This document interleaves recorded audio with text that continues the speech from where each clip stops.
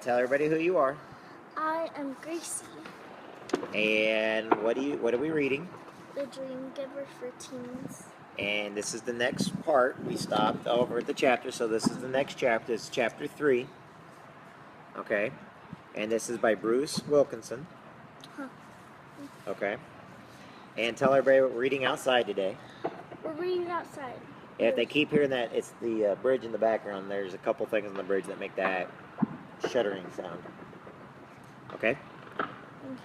So, now you go ahead and start reading. A few years passed, and this little Ernie grew up. And little so far, Ernie I guess, should we go ahead and say that so far Ernie was basically a caterpillar who was not allowed to leave the tree. Okay. And so now Ernie's trying to figure out, he's got a calling inside of him, and he's trying to figure out what to do next. Which is usually what happens when a few years pass. Keep going. You don't worry about anything around you, okay? Don't worry about the surroundings. Talking to anyone reading. Gracie, keep on. He guaranteed from the ordinary bug school at the top of his class and took a job working at the leaf report factory, where most ordinary caterpillars work. Ernie was exactly like all the other bugs and expected to be so for the rest of his short caterpillar life. Then one day everything changed. Yeah, just talk louder. Ernie woke up one morning and exactly 6:45, just as he did every morning. Only something inside of him was different. He awoke to a strange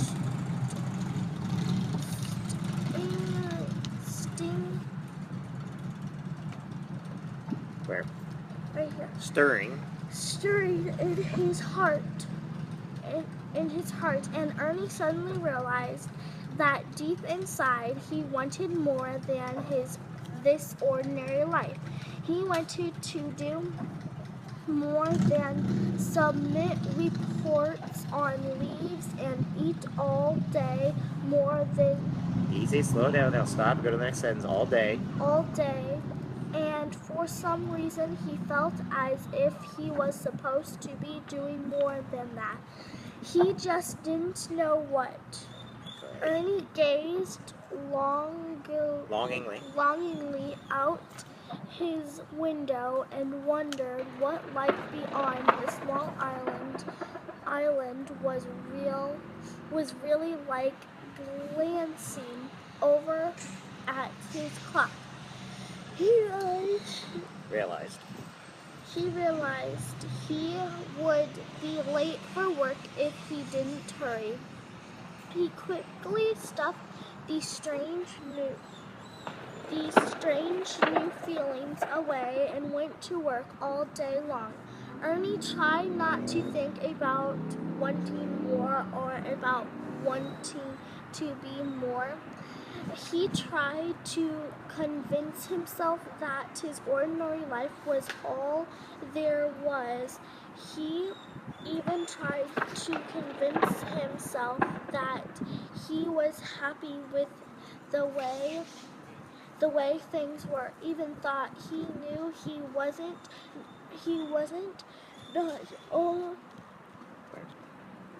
not at all. Not even a little. Not even, okay. I can't see. That night, as Ernie drifted off to sleep, he wondered what it was that he was supposed to be doing. Eat and getting fat were fun, but something was definitely missing. Something big. When Ernie woke up the next morning, he could take it no longer. he made up his mind to go see the gas. Where? You see the notorious Kronk. Notorious Kronk. Kronk was known all over the island for talking bugs into abandoning the big tree and Where? Kronk was known all over the island for talking bugs into abandoning the big tree and venturing into the wild. Unknown lands beyond. Parents feared him, and teachers warned their students about him. But Ernie thought that maybe, just maybe, Kronk might be able to help him. Wait, where am I? Figure out these strange new feelings. And so Ernie ran off as fast as his little legs would carry him. Next chapter. Kronk lived on the far side of the island, among those who were considered bad or unordinary bugs. Ernie had never been to that side of the island before, but he found his way just fine. All he had to do was follow the signs that said, "This way to the bad and ordinary bugs." We recommend though that you turn around and go home. Kronk didn't look half as scary as Ernie expected. In fact, he even looked kind of friendly. He opened his door wide and invited Ernie into his home. The young caterpillar's face was clear, disturbed as he entered. Kronk had seen his look many times before on the ordinary bugs of the island, especially the caterpillar. Kronk sat Ernie down and told him a story that began not long ago and not far from this island. It was the story of an ordinary caterpillar that turned into a butterfly. Ernie had heard about such things, but he hadn't been told by his ordinary friends that only a very special breed of caterpillars ever transform into butterflies. Was it possible he had been told wrong? Could it be that this was what was missing from his life? Could it be that ordinary caterpillars were created to become more than just ordinary? His heart leaped at the thought. Ernie returned home that night with a jumble of thoughts racing through his mind. Kronk had told Ernie that he wanted more from life because there was supposed to be more to life. He also said that if Ernie decided to become a butterfly, everything he needed was already inside him. He went to sleep thinking about Kronk's words, and when he woke up, it was there, just as Kronk had described it. Beating inside his heart was the big dream of becoming a butterfly. Somehow he knew that the dream for more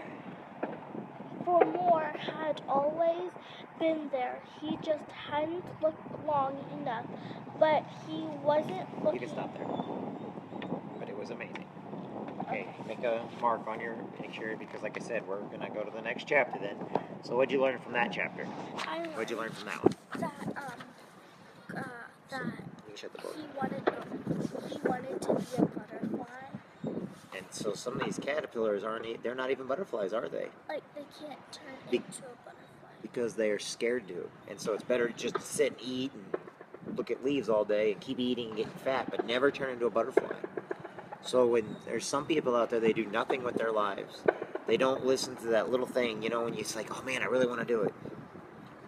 You know when Daddy became a Marine, I had a feeling inside me. Every time I saw a commercial on TV for the Marine Corps, I get these butterflies in my stomach. Like, I just need it. I just knew I had to do it, no matter what. And one day, you know what I did? You know what everybody told me? Oh no, you're going to be killed. Oh no, you don't want to join the military. Oh no, that's not for you. Oh no, you're not good enough. You know, everybody told me no. But did I listen? Because nobody else could do it, could they? Now, it's not just the Marine Corps. It's all military. It's all business. If some people want to become preachers and pastors and priests and nuns, some people want to open up a business. But everybody around, they'd rather just stay inside their shell and never do anything because it's scary. It's scary if you don't know what's on the other side, isn't it?